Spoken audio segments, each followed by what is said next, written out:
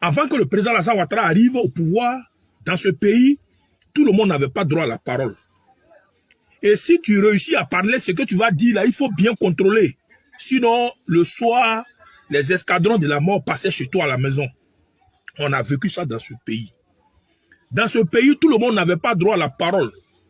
Quand la jeunesse de l'opposition, dirigée par le président Alassane Ouattara à l'époque, voulait parler, on leur répondait par l'arrestation et parfois même des enlèvements et des assassinats.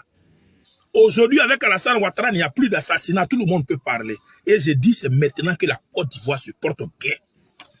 Oui, l'actuelle Côte d'Ivoire se porte bien. Aujourd'hui, l'opposition peut se permettre de dire des choses en plein air.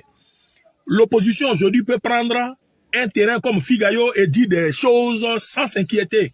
À l'époque, au temps de la refondation, quel jeune qui pouvait parler toute la journée, il va dormir le soir tranquillement. Oui, mais tu as dit dans la journée, le soir, ils vont débarquer chez toi et tu seras porté disparu. Et il y en a plusieurs exemples, on ne peut pas quitter là. Des services auprès du président Gbagbo.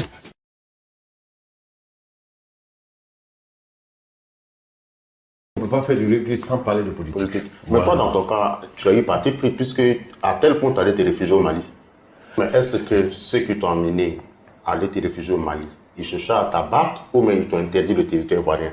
Parce que beaucoup ne savent pas pourquoi tu allais te réfugier au Mali. Et autant au Mali, tu lançais des messages contre l'ancien pouvoir. Oui, parce que j'étais, il y a ma fille d'ailleurs, voilà, je parlais de ma fille tout à l'heure, elle était ici à la maison.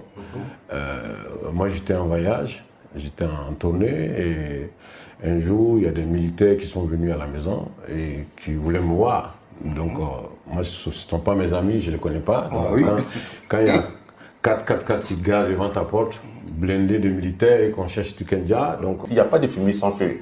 4x4 ne peut pas venir chez un artiste ou bien une personne comme ça sans un motif.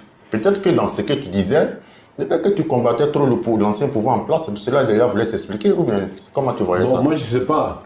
Ce qui est sûr, c'est que les mêmes 4x4 sont allés chez un comédien qui s'appelle H. Camara. Oui. Et lui, il n'a pas eu la chance que moi j'ai eue. Il était à la maison, il a été le cousin de ma femme. Voilà. Ah, le cousin de ta femme. Voilà. H. Camara, c'est un comédien qui passe dans Faut pas fâcher. Voilà. Les images sont encore là, il est décédé. Mais...